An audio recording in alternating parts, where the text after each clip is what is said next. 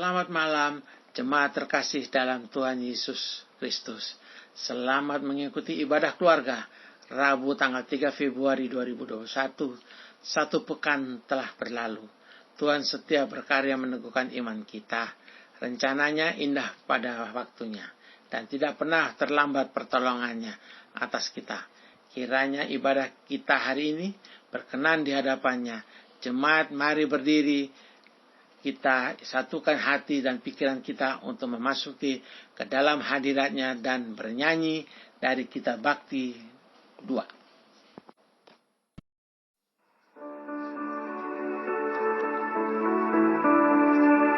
Haleluya, puji Tuhan, puji namanya yang maha besar, agung kuasanya yang maha benar. Haleluya, puji Tuhan, pujilah Dia untuk selamanya, karena namanya ajaib benar. Namanya ciptaannya, angkat suaramu dengan bergema, petik kecapi dan tabur gendang. Hai semua yang bernafas, pujilah Dia untuk selamanya, karena namanya ajaib benar.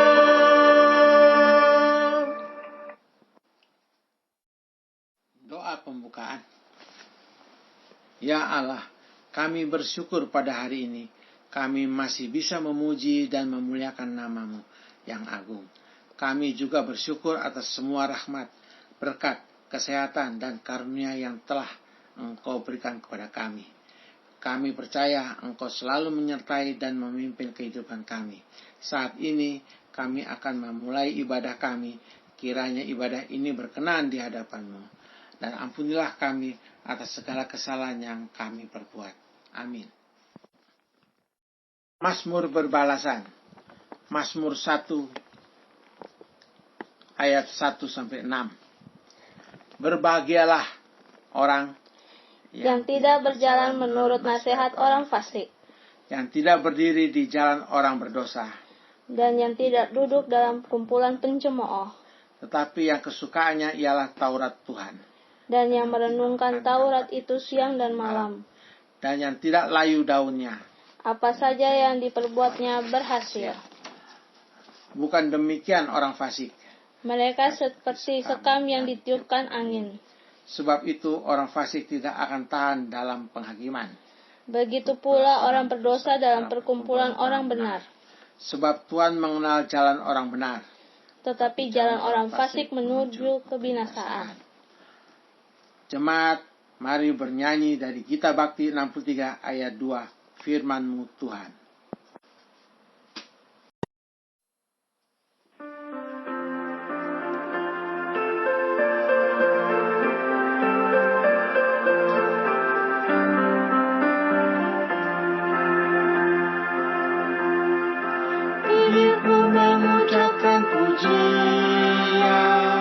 Kau ajarkan aku pengertian-Mu, lidahku menyanyikan janji-Mu, karena benarlah segala perintah-Mu. Tuhan, suluh bagi langkahku dan terang di jalanku. Haleluya, amin. Mengucapkan pujian, Kau ajarkan aku pengertian-Mu, lidahku menyanyikan janji-Mu, karena benarlah segala perintah-Mu. Tuhan, suluh bagi langkahku dan terang di jalanku. Haleluya, amin.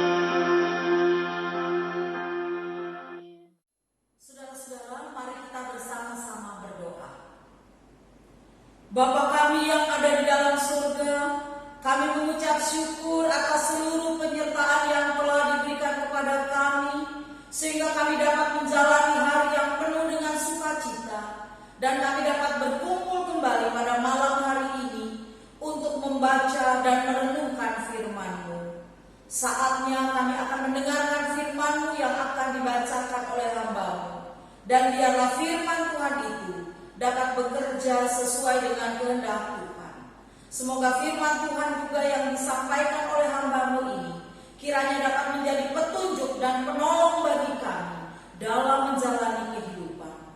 Ajarlah kami Tuhan, agar kami tidak hanya menjadi pendengar firman, tetapi kami juga menjadi pelaku-pelaku firman yang hidup. Di dalam nama Tuhan Yesus, kami sudah berdoa dan mengucap syukur kepada Allah Bapa di surga. Amin. Marilah berdiri untuk mendengar firman Tuhan yang dibacakan dari Alkitab, kitab Amsal 20 ayat 4 dan 5, yang menyatakan, Pada musim dingin si pemalas tidak membajak. Jikalau ia mencari pada musim menuai, maka tidak ada apa-apa. Rancangan di dalam hati manusia itu seperti air yang dalam, tetapi orang yang pandai tahu menimbanya. Demikian pembacaan Alkitab. Berbahagialah setiap orang yang mendengar firman Tuhan dan yang melakukannya. Terpujilah Tuhan Yesus. Haleluya.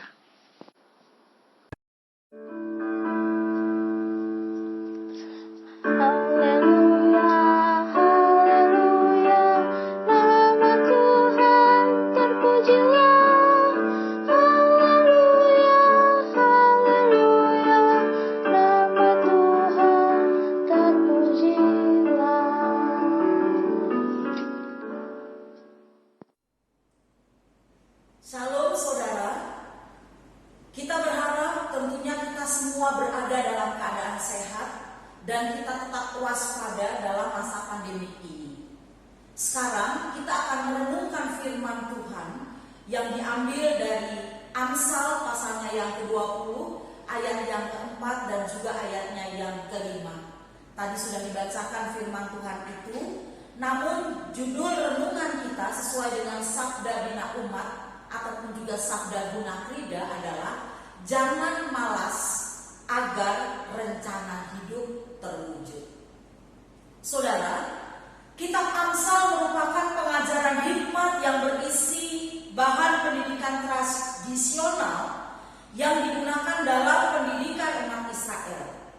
Amsal itu sendiri berasal dari bahasa Ibrani yaitu masyal atau misle, yang dapat diartikan dengan menyerupai, dibandingkan dengan satu perbandingan. Artinya apa? Artinya adalah kitab Amsal itu menggambarkan kehidupan manusia dengan berbagai cara, dengan membandingkan kehidupan orang berhikmat dan orang yang bebal, atau membandingkan orang hidup yang benar dengan orang hidup yang salah, atau membandingkan dengan orang hidup yang benar dengan orang yang fasik. Tujuannya apa?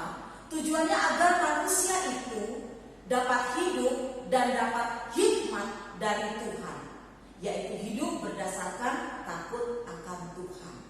Amsal 1 ayat yang ke-7. Saudara, kitab Amsal ini dapat dibagi menjadi dua bagian, yaitu pasal pertama sampai dengan 9 berisi tentang pengajaran hikmat yang bersifat dengan teologi sistematis. Kemudian pasal 10 sampai 31 berisi tentang pengajaran hikmat yang bersifat teologi praktis.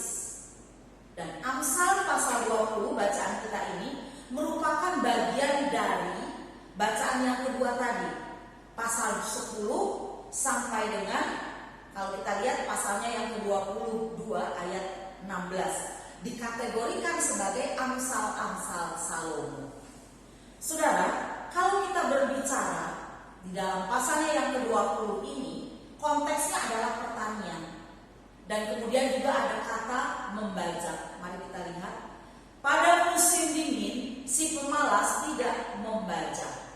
Nah, berbicara tentang membajak ini, saudara-saudara, maka ada hal-hal yang biasanya yang lazim dipersiapkan terlebih dulu oleh seorang petani itu tadi, yaitu dia harus menyiapkan ladangnya untuk membajak lahannya. Kalau di dalam ayat yang keempat tadi kita melihat apa yang dimaksud dengan ketika sang membajak digambarkan dengan seorang pemalas. Petani tentu kebanyakan petani yang rajin, jarang ada petani yang malas. Tetapi dalam Amsal ini digambarkan pemalas. Nah, sebetulnya kita mau melihat dulu konteks dalam penulisan Amsal ini. Tadi konteksnya pertanian. Dan Israel itu hanya punya 2 musim seperti kita di Indonesia. Ada musim kemarau, ada musim penghujan. Musim dingin itu membuat si pemalas tidak membajak. Ya, ketika dia pada saat itu merasa dirinya atau dia merasakan udara di sekitarnya dingin, itu alasannya untuk tidak membajak. Dan itu berarti dia adalah seorang yang pemalas. Di Israel dengan istilah hujan, awalnya yoreh dan hujan akhir artinya malkos. Hujan awal membuat tanah di sana itu lembek ataupun juga lunak, sehingga siap untuk dibajak, siap untuk ditaburi benih. Dan hujan akhir membantu pertumbuhan tanaman-tanaman di sana agar menghasilkan panen yang baik. Ini berarti apa? Berarti bahwa awal musim penghujan atau dingin itu adalah masa-masa menanam, saat-saatnya menanam, yaitu saat yang tepat dan baik untuk membajak, saat yang tepat dan baik untuk menabur, dan masa panen saat itu adalah saat-saat menuai setelah hujan berakhir. Saudara-saudara yang dikasihi Allah dalam Tuhan Yesus Kristus, tetapi tadi dikatakan di sana orang malas. Ya, kita lihat pada musim dingin si pemalas tidak membajak. Jikalau ia mencari pada musim menuai, maka tidak ada apa-apa. Jelas sekali. Kalau dia tidak mau membajak, apa yang bisa dituai? Kemalasan itu ada di dalam dirinya. Orang malas menjadikan hawa ataupun juga cuaca yang dingin itu sebagai alasan. Jadi artinya alasan saja ya. Pada saat musim hujan, pada saat musim dingin, sebetulnya waktunya siap-siap untuk membajak, tapi itu tidak dilakukannya. Karena apa? Karena dia malas. Akibatnya apa? Akibatnya kemalasan ini adalah dia tidak bisa menuai apapun di musim panen. Dan orang yang tidak mau membajak, menabur pada masa menanam, tentu jangan berharap dia akan menuai di masa panen. Saudara, rupanya bacaan kita ini, Amsal ini menyindir seseorang, kalau boleh dikatakan seseorang ya, bahwa ia tidak membajak pada waktunya dan akhirnya dia tidak bisa memanen. Jadi di sini Amsal mengingatkan untuk saudara, mungkin juga untuk saya semua, kita sebagai pendengar, sebagai pembaca firman Tuhan, ketika pada musimnya, pada waktunya, ketika kita tidak membajak, jangan pernah berharap mendapatkan hasil yang sangat maksimal. Artinya, membajak itu seperti mempersiapkan segala sesuatunya untuk menuai hasil yang maksimal. Dan ini menjadi penting saudara-saudara dalam kehidupan kita. Apa itu? Membajak itu berarti menggunakan waktu, menggunakan kesempatan yang Tuhan berikan. Dan Amsal ini memberikan nasihat kepada kita bahwa saat ini juga, walaupun kesempatan kita sempit, walaupun waktu kita sangat terbatas, namun kita harus tetap mempersiapkan segala sesuatunya untuk memperoleh hasil yang maksimal. Mari kita pikirkan, apakah sekarang kita sudah menggunakan waktu kita dengan baik, waktu kita dengan maksimal, walaupun sepertinya mungkin kita mengatakan bahwa waktu kita ini terbatas. Kita memiliki banyak waktu, tetapi justru pertanyaannya adalah, banyaknya waktu saat ini apakah sudah kita pergunakan dengan semaksimal mungkin? Lalu kemudian apakah kita juga sudah mempergunakan kesempatan-kesempatan yang ada? Terkadang saudara, kita melewatkan banyak waktu, banyak kesempatan sehingga kita tidak memperoleh hasil yang maksimal. Oleh karenanya di ayat yang keempat ini menjadi perenungan bagi kita. Apakah kita benar-benar saat ini sudah siap untuk membajak, mempersiapkan segala sesuatunya dengan benar untuk memperoleh hasil yang maksimal? Jangan kita menjadi seperti seseorang yang malas ini. Waktunya dia bekerja, waktunya dia menanam, waktunya dia membajak, dia tidak gunakan semua itu. Karena apa? Karena kemalasan yang ada pada dirinya. Sama seperti kita juga saudara-saudara, banyak waktu yang tersedia buat kita. Ada kesempatan dari Tuhan bagi kita untuk menggunakan waktu itu juga dengan sebaik-baiknya. Bagi kita untuk mempersiapkan segala sesuatunya dengan baik. Tapi mungkin kita malas, apalagi di masa pandemi ini, mengharuskan kita memang untuk diam di rumah. Tapi itu juga bisa membuat diri kita malas, saudara-saudara, untuk diam saja di rumah. Apa yang mau kita kerjakan? Kalau secara rutinitas kita mengerjakan bagi ibu rumah tangga, para istri, memasak, menyapu, menyetrika, menyediakan makanan untuk anggota keluarganya, mempersiapkan buku-buku pelajaran bagi anak-anak kita yang mau belajar secara online. Bagi kita para suami, mungkin berbeda dengan istri kita. Kita lebih lagi prepare untuk pekerjaan. Ada yang langsung bekerja di kantor, ada yang bekerja juga dari rumah. Persiapkan semua itu dengan baik. Tetapi maksud di ayat 14 itu, ayat 4 maksud saya, sudahkah kita melakukan ataupun juga mempersiapkan itu dengan baik? Jangan karena terpaksa, tetapi lakukanlah pekerjaan itu dengan penuh sukacita.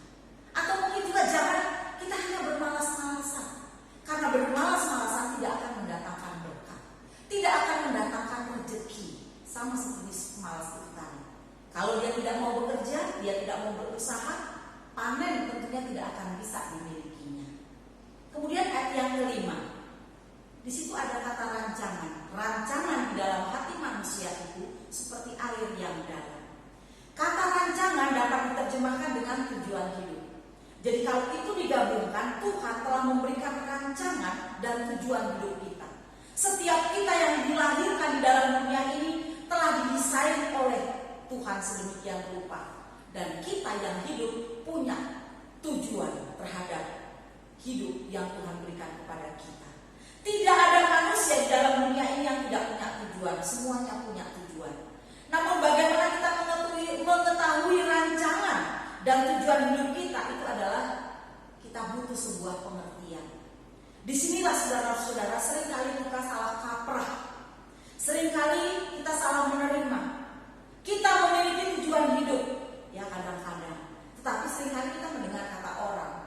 Lebih mendengar kata orang. Kalau orang katakan, kamu itu sebetulnya harusnya kerjamu misalnya sebagai seorang guru. Atau kamu itu sebenarnya cocoknya di seni. Kamu itu sebetulnya cocoknya di desain. Kata orang kita dengar. Tetapi sebetulnya apa tujuan hidup kita? Untuk anak-anak kita yang sekolah, untuk anak-anak kita mungkin yang sudah lepas SMA, dia mau kuliah. Tujuan hidup anak-anak kita itu apa? Jangan lebih mendengar kata orang, jangan lebih mendengar kata teman. Teman mau ikut kedokteran, masuk di kedokteran, kita juga mau ikut. Padahal mungkin saja kita tidak sampai kalau sampai ke sana. Karena apa? Banyak saingannya mungkin. Atau mungkin juga otak kita tidak sampai kalau kita mau masuk ke kedokteran. Misalnya ya, ini salah satu contoh. Atau misalnya kalau teman kita, dia maunya ke desain, atau mau ke desainer, atau mungkin dia juga mau menjadi guru. Nah, apakah kita juga mau ikut teman kita?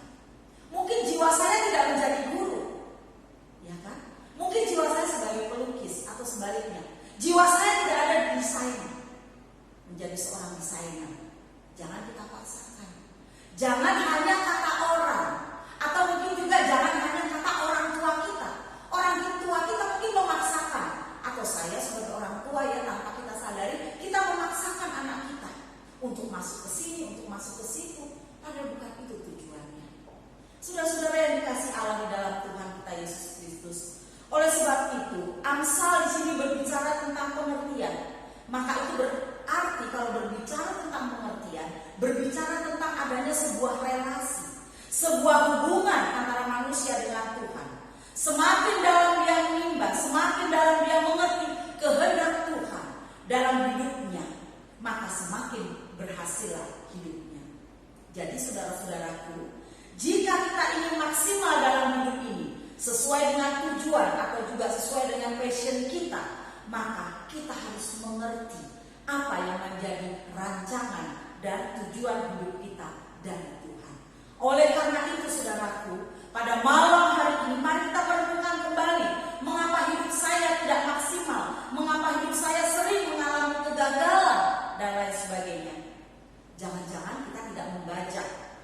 Jangan-jangan kita tidak mempersiapkan dan tidak mempergunakan waktu dan kesempatan yang ada. Atau yang kedua, jangan-jangan kita tidak tahu apa yang menjadi tujuan hidup kita atau rancangan hidup kita. Oleh karena itu, marilah dari catatan ayat yang kelima ini kita diajak untuk semakin mendekatkan diri kita kepada Tuhan untuk mendapatkan jawabannya dari Tuhan. Kuncinya adalah membina atau membangun sebuah relasi yang baik dengan Tuhan. Semakin dekat dengan Tuhan, semakin dekat untuk bergaul dengan Tuhan, maka saya yakin dan percaya Tuhan akan membuka satu jalan ke depan. Sesungguhnya rancangan hidup kita yang indah itu seperti apa? Yakinlah Tuhan sudah menyediakan satu rancangan hidup kita yang indah, yaitu rancangan damai sejahtera, bukan rancangan kecelakaan. Amin.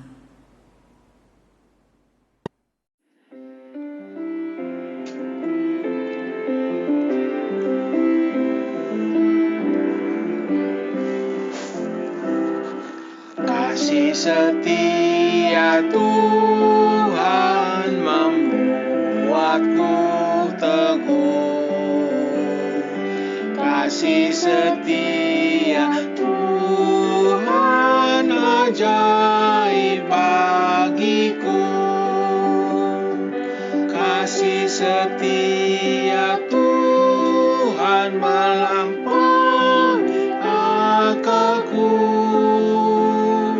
Kasih setia Tuhan tiada taranya.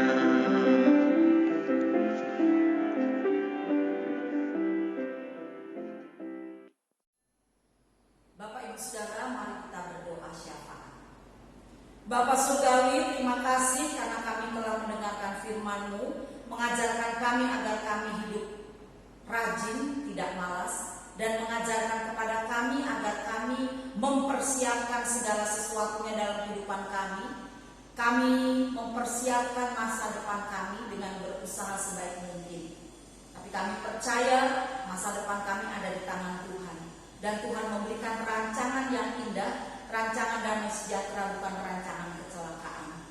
Kami berdoa untuk bangsa dan negara kami Indonesia.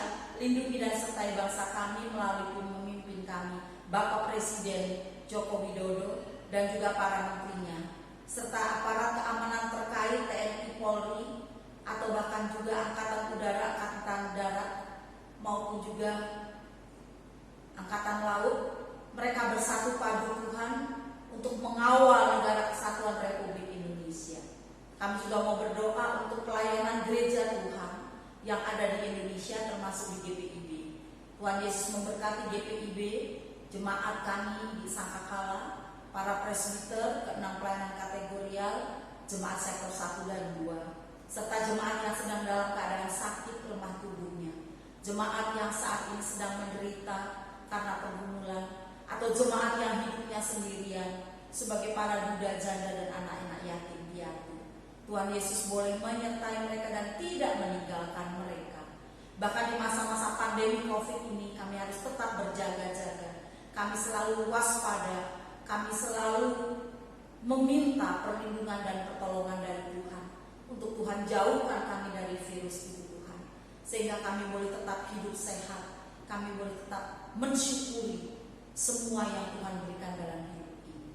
Terima kasih Tuhan, ampunilah segala dosa dan kesalahan kami yang sudah kami lakukan baik melalui pikiran, perkataan, dan perbuatan kami.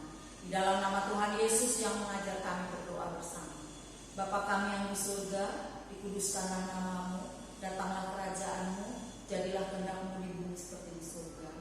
Berilah kami pada hari ini makanan kami yang secukupnya, dan ampunilah kami akan segala kesalahan kami, seperti kami juga mengampuni orang bersalah kepada kami.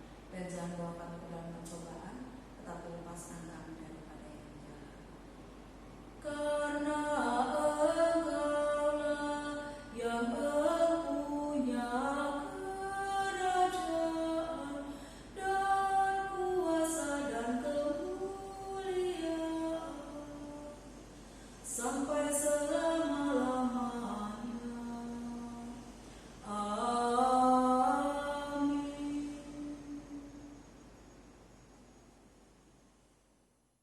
Pengucapan syukur. Marilah kita mengucapkan syukur dengan hati, mulut, dan tangan kita, serta mengingat pesan dalam Alkitab yang tertulis di Roma 12 ayat 1, yang menyatakan, "Karena itu, saudara-saudara, demi kemurahan Allah, aku menasehatkan kamu, supaya kamu mempersembahkan tubuhmu sebagai persembahan yang hidup, yang kudus, dan yang berkenan kepada Allah. Itu adalah ibadahmu yang sejati." Tuhan memberkati saudara dan persembahan saudara. Jemaat, mari kita menyanyi Kitab Bakti 86 ayat 2, Aku bersyukur.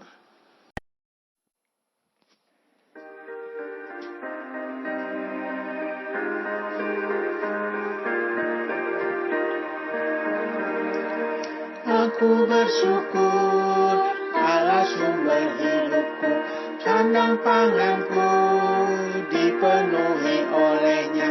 Puji dan syukur ku naikkan kepadanya, yang maha kudus di sorga terpujilah.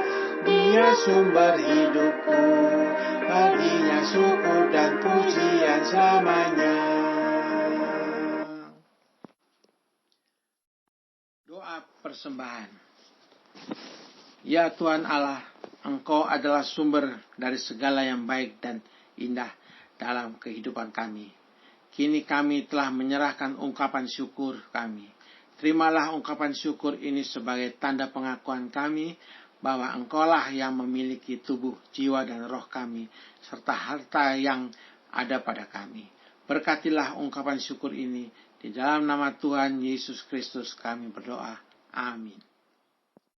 Saudara, marilah kita berdiri. Kita akan kembali ke tengah-tengah keluarga kita. Kita akan merenungkan firman Tuhan kita ini. Kita akan menjadi orang yang rajin. Kita buang rasa malas kita. Kita akan merencanakan kehidupan kita ke depan menjadi lebih baik lagi.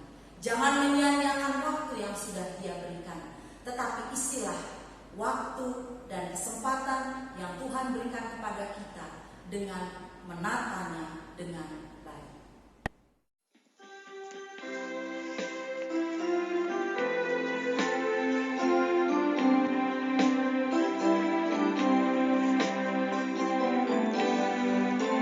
Ku perlukan juru selamat, karena imanku lemah.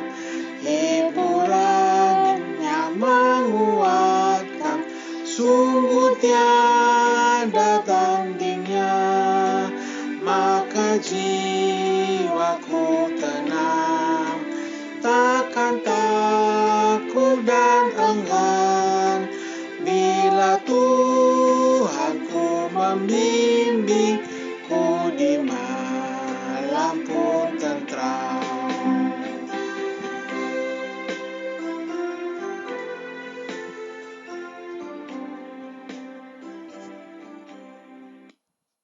Arahkanlah hati dan pikiranmu kepada Tuhan, serta terimalah berkat-Nya. Tuhan memberkati engkau dan melindungi engkau. Tuhan menyinari engkau dengan wajah-Nya dan memberi engkau kasih karunia. Tuhan menghadapkan wajah-Nya kepadamu dan memberi engkau damai sejahtera.